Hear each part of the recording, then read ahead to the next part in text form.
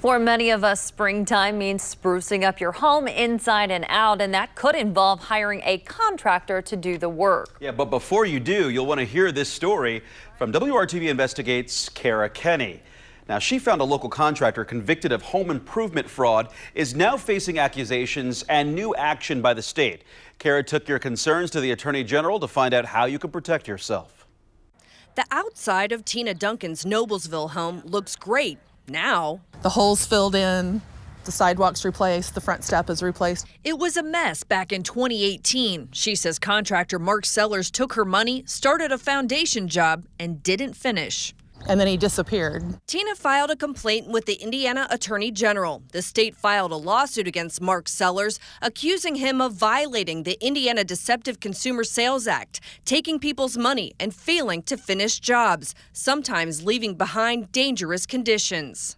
That was 4 years ago, but now a brand new development in the case against Sellers. On January 27th of this year, the Attorney General won a $47,000 judgment against Sellers. It says he can't operate a home improvement business for 2 years. Plus, he has to pay restitution to several customers, including Tina Duncan. You now have a judgment that says Mark Sellers owes you $2,845. What do you think about that? I think I'll never see it. I mean, common sense tells me he did the same thing in Colorado and then left the state. She's right. In 2011, Colorado got a $32,000 civil judgment against Mark Sellers in connection with his business practices. We checked, and 11 years later, it's still not paid. You have a judgment, but It's paper. I'm a mason by trade and a concrete guy, right? Okay. So I can make you a fire pit. We met up with Mark Sellers in 2018. Mark, Kenney with WRTV. We want to talk to you about your business practices, sir. There's a lot of people that say you owe them money.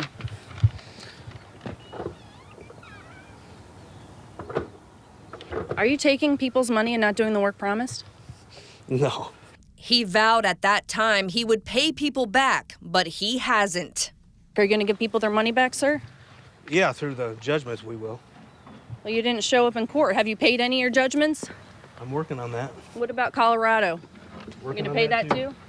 In light of this, we just asked the Indiana Attorney General Todd Rokita if they have any chance of collecting on that $47,000 judgment against Sellers. We'll follow him all the way to bankruptcy court, to criminal court, wherever he's going. We're sticking with him like glue. Your office can't criminally charge him.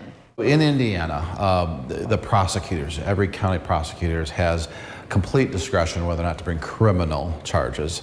It's only in very rare instances that the Attorney General can, and this is not one of them.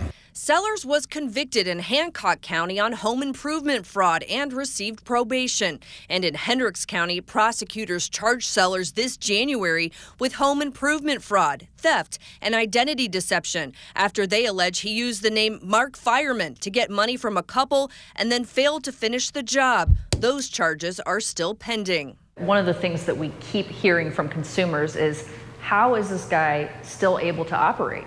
When you deceive people, it's very hard to police. I think these prosecutors and these judges need to not go soft on this type of crime. Wrong is wrong, and the only way to correct this guy is to have him do time. We stopped by Sellers' home in Noblesville this month to get his side of the story, but he didn't answer. Tina Duncan is a lot more cautious when hiring contractors these days and hopes other consumers will do their research. She had to pay two companies $11,000 to finish the job she says Sellers left behind. I don't understand how he's still walking the streets in Hamilton County or Indiana, period. I don't understand why he's not behind bars. Working for you, Kenney, WRTV. Mark Sellers is due in court in the Hendricks County criminal case on June 27th. He has a public defender. We've learned he violated probation in the Hancock County case and is currently on electronic monitoring until July of this year. When hiring any contractor, you should ask for references, run their name through My Case. That's the state's court records to look for criminal or civil cases. The Attorney General also recommends not paying up front. Establish a payment schedule in which you pay as the work is completed, leaving most of the money for when the job is finished. Also, make sure you get the contract in writing and include a start and finish date. Hold on to your contract in case any future issues arise. And lastly, pay with a credit card. It has more protection than cash.